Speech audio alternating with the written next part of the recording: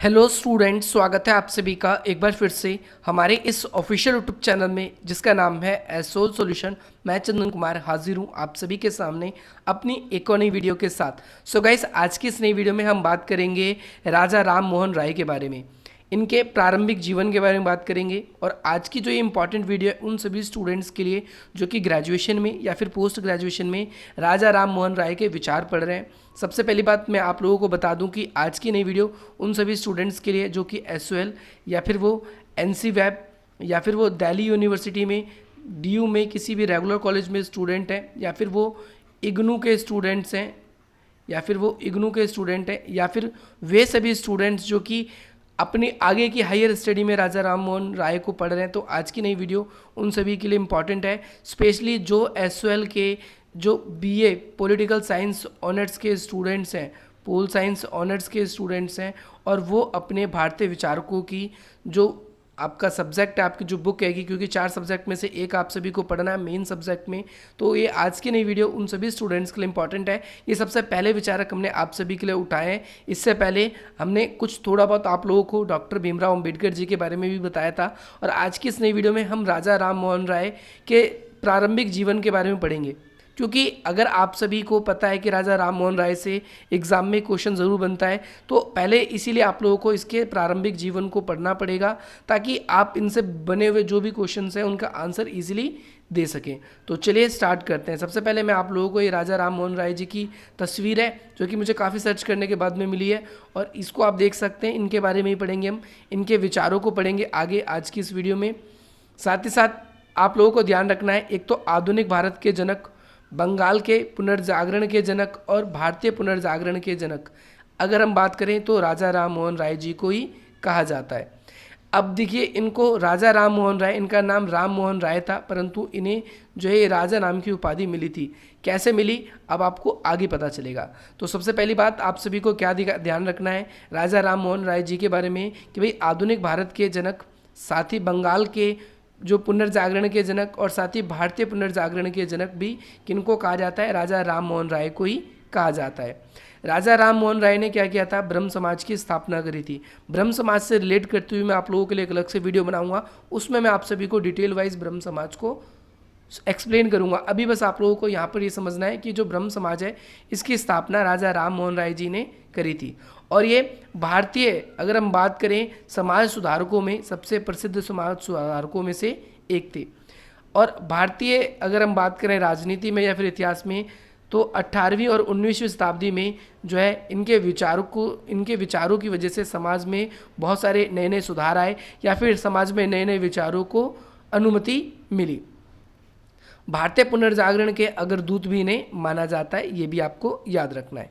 इसके बाद में कब 1831 में मुगल सम्राट अकबर द्वितीय यहाँ पर आप लोगों को करना है द्वितीय, यानी आप सभी को पता है कि जो अकबर है, मुगल दरबार में 2 अकबर शासक थे। सबसे पहला अकबर शासक जो थे वो हुमायूं के पुत्र थे, और जिनके पिता अगर हम बात करें हुमायूं के जो पुत्र थे अकबर जी थे। और आगे चल के जो 1831 में अकबर जो द्वितीय है, यहाँ पर आपको द्वितीय सेकंड लिखना है, जो मैंने काटा है यहाँ पर आपको सेकंड लिखना है, अकबर सेकंड द्वारा उन्हें राजा की उपाधि दी गई थी।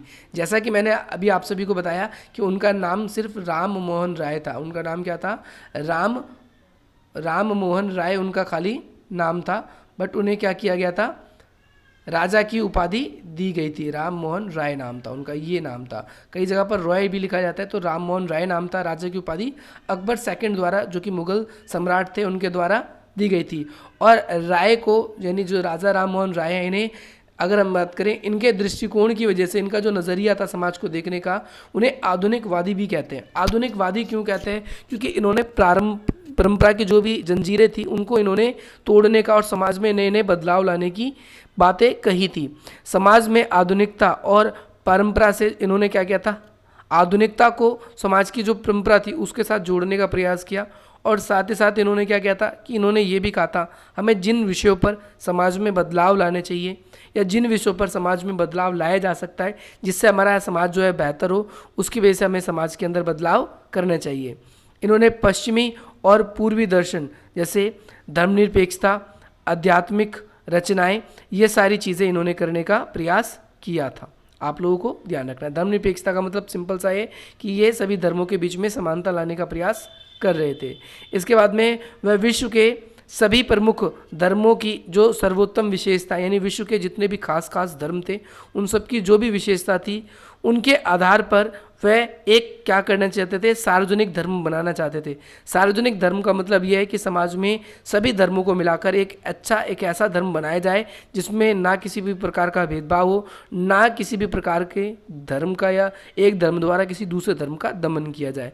उनके अनुसार धर्म के जो क्षेत्र है उसमें तर्कसंगता मतलब कई बार हम एक चीज़ देखते हैं धर्म के अंदर कई चीज़ें हमें अनलॉजिकली लगती है, हमें लगता है कि उसका कोई लॉजिक ही नहीं है। तो इन्होंने यही किया था, इन्होंने ये कहा था कि भैया जो भी धर्म के अंदर हमें ऐसा लगता है जो कि जिन चीज़ों का कोई लॉजिक नहीं है, हमें उनको क्या करना चाहिए, उसमें बदलाव लाना चाहिए। और उन्होंने क्या किया था कि भाई आधुनिकता को समाज में स्थापित करने की कोशिश करी थी। ठीक है, हीन धर्म। अब हीन धर्म क्या होता है आप लोग पहले ये समझिए। हीन धर्म का मतलब वो होता है जिन्हें कम समझा जाता है। जैसे अगर हम बात करें पाकिस्तान के अंदर तो हिंदुओं को उसमें हीन समझा जाता है, जहाँ पर बहुसंख्यक ज़्यादा हिंदू हैं वहाँ मुस्लिमों को हीन समझा जाता है। तो इसी तरीके से हीन धर्म समझना समाज में बुराई है और इसी बुराई को ये ख़त्म करना चाहते थे, जिसके लिए ये एक ऐसा धर्म स्थापित करना चाहते थे जिसमें सारे अच्छाइयों, सारे अच्छे गुणों और समाज में हर किसी का सम्मान हो सके। वे क्या करना चाहते थे, सार्वभौमिक धर्म स्थापित करना चाहते थे। सार्वभौमिक धर्म का मतलब क्या है, केवल ऐसा धर्म जो सभी के लिए धार्मिक सहिष्णुता ही नहीं होगी उसके अंदर। धार्मिक सहिष्णुता का मतलब सिर्फ धर्म के नाम पर उसमें भेदभाव, ऐसा नहीं कि नहीं होंगे, धर्म के नाम पे उसमें कोई भी प्रकार का भेदभाव नहीं होगा, और बल्कि पृथक धर्म के सभी संप्रदाय की जो भी समस्या है, जिस वजह से भी उनके साथ भेदभाव होता है, उन सभी भेदभाव को भी दूर किया जा सकेगा इसके थ्रू। तो ये इसीलिए भी चाहते थे। इसके अलावा वे भारतीय राजनीतिक चिंतन में उदारवादी परंपरा के संस्थापक थे। अगर हम बात करें भारत में अगर उदारवादी सोच को कोई विचारक सबसे पहले लेकर आया तो वो राजा राम मोहन राय जी ही थे। उन्हें भारतीय राजनीतिक चिंतन का, उदारवादी परंपरा का संस्थापक भी माना जाता है। अगर हम बात करें उनका जन्म ब्रिटिश शासनकाल में कहाँ पर हुआ था, बंगाल में ही हुआ था। और उनका जन्म अगर आप देखोगे तो एक ब्राह्मण परिवार में हुआ था। ब्राह्मण में भी ये एक संपन्न परिवार, मतलब जो ठीक ठाक थे, मतलब फाइनेंशियली कोई प्रॉब्लम नहीं थी, अच्छी खासी इनकी स्थिति थी, ऐसे परिवार में इनका जन्म हुआ था। इसके बाद में अगर हम देखें तो उनके प्रारंभिक जीवन को लेकर, तो हम बात करें शिक्षा को लेकर या प्रारंभिक जीवन को लेकर हमारे पास ज़्यादा जानकारी तो नहीं है।